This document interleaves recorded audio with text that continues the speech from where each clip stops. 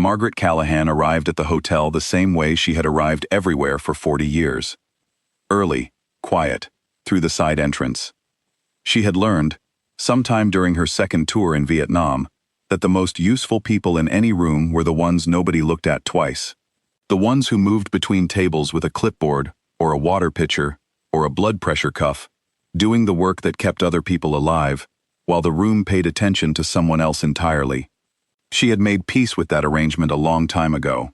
It was a Tuesday in October, and Washington was doing what Washington did in October, performing autumn like a city that knew cameras were watching. The trees along the boulevard had turned amber and copper, and the hotel itself, a grand old federal building with marble floors and chandeliers that had probably watched 3 wars come and go, was buzzing with the particular energy of an event that believed itself to be important. The Medal of Honor Society convention was, in fact, important. It gathered the living recipients of the nation's highest military award once a year, and this year the banquet alone had drawn senators, a deputy secretary of defense, 2 former generals, and more journalists than Peggy had seen in one building since she had briefly, accidentally, been in the background of a press photograph outside a field hospital in 1971. She had not been recognized in that photograph either.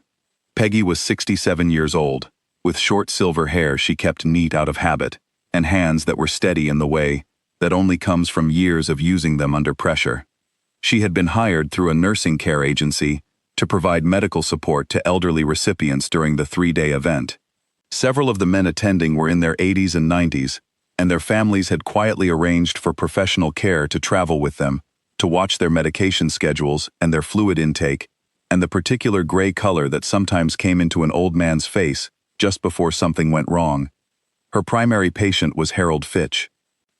Harold was 88 years old and had received the Medal of Honor in 1951 for actions during the Battle of the Chosin Reservoir in Korea, where he had, across the span of one terrible November night, carried 7 wounded men out of a collapsed defensive position, while the temperature dropped to 30 below zero, and the enemy closed in from 3 sides. The citation used words like extraordinary heroism and selfless courage, which were true, but felt, to anyone who knew Harold, slightly too small. Harold himself never discussed it. When people asked him about Korea, he had a habit of changing the subject to baseball, which he followed with a devotion that bordered on religious. He was a small man, thin now in the way that old age makes people thin, with hearing aids in both ears, and a cardiology file that Peggy had reviewed carefully before the trip. Congestive heart failure, managed but monitored. 2 medications with the evening meal. Fluid intake tracked, no more than 2 flights of stairs per day. His daughter had pulled Peggy aside at the airport and said, simply, "Please don't let him do anything heroic." Peggy had said she would do her best. The first 2 days of the convention passed without incident. Peggy attended panels and luncheons and a morning ceremony at the memorial, always at the edges of the room, always watching Harold from a distance that was close enough to matter. He was in good spirits. He ate well. He argued pleasantly with a Korean War contemporary, named Daniel Chu, about whether the 1969 Mets were the greatest upset in baseball history, a conversation that ran for nearly an hour, and that both men seemed to enjoy enormously. On the evening of the 3rd day, the banquet began. The ballroom was everything a hotel ballroom in a federal city tried to be. High ceilings, round tables covered in white linen, a dais at the front where speakers would address the room, soft lighting that was kind to old faces, and polished metals alike. The recipients were seated at tables of honor near the front. Senators and officials filled the middle of the room. Journalists and guests occupied the back. Peggy was not seated. She moved, as she always moved, between the edges of things. She had checked Harold's pulse before he sat down. Normal. She had confirmed he had taken his evening medications with the glass of water she had brought to his room at 6 o'clock. She watched him now from near the service entrance, scanning the room with the automatic attentiveness of someone who had spent decades learning to read the small physical signals that precede a medical event. She was watching Harold's color when Bradford Keene found her. Keene was the evening's security supervisor, hired by the hotel for the convention. He was perhaps 35, broad-shouldered, with the clipped manner of someone who had recently been given authority and was still getting comfortable with the weight of it. He carried a tablet with the evening seating chart and a staff credential list, and he had spent the first hour of the banquet walking the perimeter of the room checking badges. Peggy's badge said nursing staff, Callahan. It did not say which branch of service. It did not say Vietnam. It did not say 2 tours, 2 commendations, 1 Purple Heart she kept in a drawer at home and did not discuss. It said what it said. Keene stopped beside her. He was polite, initially. He explained that non-seated staff were required to remain in the service corridor during the formal portion of the evening. It was a policy, he said, for the comfort of the guests. Peggy explained, just as politely, that she was monitoring a patient at table 3 and needed to remain within visible range. Keene said she could monitor from the doorway.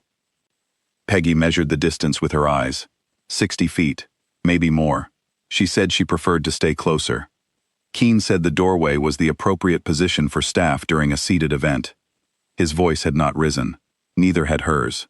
But the tables nearest to them were beginning to register the conversation the way dining rooms always do, through a gradual decrease in their own volume, a slight rotation of nearby heads. Peggy said quietly that she understood the policy, but that her patient had a cardiac condition and that 60 feet was too far. Keene said he was going to need her to move to the corridor. Harold Fitch was not a man who raised his voice. He had grown up in a family where raising your voice meant something had already gone badly wrong, and 40 years of military service had refined this instinct into something very close to a philosophy. The men Harold most respected, and he had known some remarkable men, were the ones who were quietest precisely when the situation called most loudly for noise. He had, however, excellent hearing aids. He set down his fork. He looked at Bradford Keene. He looked at Peggy.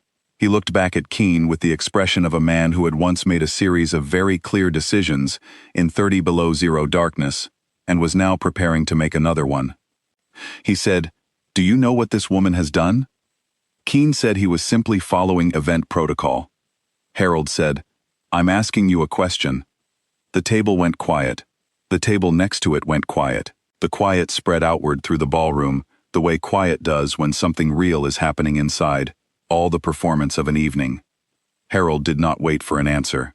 He said that the woman this young man was attempting to move to a corridor was a combat nurse who had served in Vietnam, that she had worked in field hospitals under fire, that she had done so twice, across 2 tours, and that she had spent the 40 years since doing what she was doing right now, standing in the margins of a room, watching, keeping someone else alive. He said that she was not staff in the way the clipboard meant it. She was something that did not fit on a credential badge and could not be checked against a seating chart. He said, "She stays." Then he picked his fork back up. What happened next was not dramatic, in the way that movies make things dramatic. There was no music. Nobody gave a speech. The room did not erupt. Raymond Okafor stood up. He was 78, a Vietnam recipient from outside New Orleans, a large, quiet man who had said very little during the convention, beyond pleasantries, and a long, warm story about his granddaughter's soccer team. He did not say anything now. He simply rose from his chair and walked to the space beside Peggy and stood there. Then Daniel Chu stood, 84 years old, Korea, who had spent most of the last 2 days arguing pleasantly about baseball. He walked slowly, with the particular dignity of a man who knows exactly what he is doing and is not in any hurry to do it faster than it deserves. Then Bud Harrington stood. Bud was 91. He had landed at Normandy as a 19-year-old and had not discussed it publicly in 60 years. He placed both hands flat on the table and rose and straightened and stood at his full height, which was not inconsiderable even now, and looked at Bradford Keene without any particular expression at all. One by one, across the front tables of that ballroom, the men stood up. Some moved slowly, some used canes, 2 used walkers that caught the light as they made their way around the tables. Jimmy Reyes, who was 82 and had bad knees and worse hips, had to be helped to his feet by his grandson, and when he was finally upright, he looked at the young security supervisor and nodded once, the way you nod at someone when you want them to understand that you see them completely and have already made up your mind. 17 men stood. Not a word was spoken collectively. There was no discussion, no signal, no plan. Each man simply looked at what was happening and understood it, and made the same decision in the space of a breath. The room watched. The senators watched. The journalists, who had been half distracted by their phones, put their phones down. The ballroom was completely silent. In that silence, Harold Fitch said, from his seat, without looking up from his plate, 60 feet is too far. Bradford Keene left the floor. He was not a bad man. He was a young man, with a protocol, and no framework for what he had just witnessed. And when the framework fails, the only available move is to step back and find someone above you in the chain. He found the hotel's general manager in the corridor within 3 minutes. The general manager, a woman named Patricia Owens, who had run large event hotels for 20 years, and had developed, over that time, a nearly supernatural ability to assess situations, took one look at Keene's face and said, "What happened?" He told her. She walked into the ballroom, found Peggy, and apologized personally, and without qualification.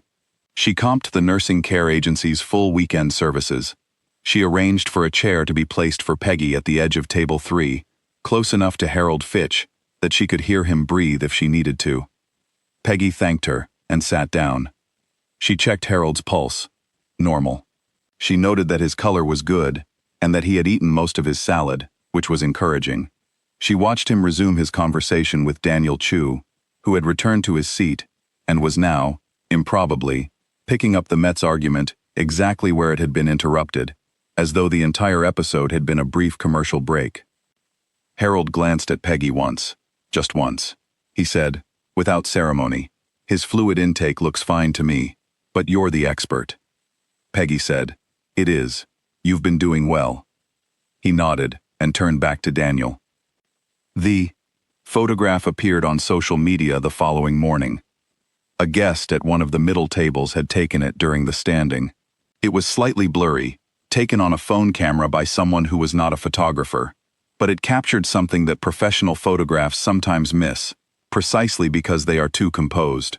It showed the ballroom at the moment when 11 of the 17 men were already on their feet, and the rest were in the process of rising. In the center of the frame was a woman in blue scrubs, small and silver-haired, looking not at the men standing around her, but at a table to her left, checking on her patient. She was not performing anything. She had not noticed the photograph being taken. She was doing her job.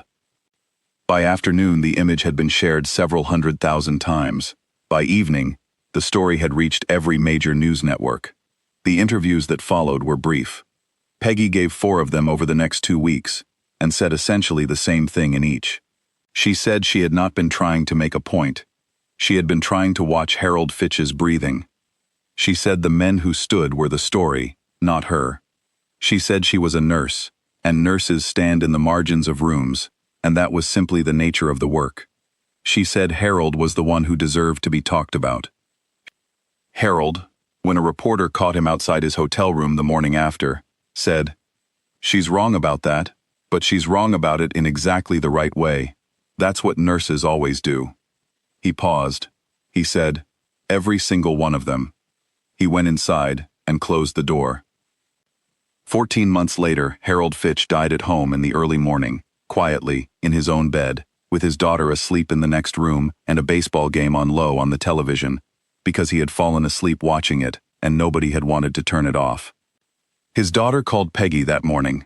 She did not entirely know why. She said she just thought Peggy should know. Peggy said thank you for calling. She asked how he had been in the last weeks. His daughter said he had been comfortable, that his breathing had stayed good, that he had eaten well right up until the last few days. Peggy said that was the best thing she could have heard.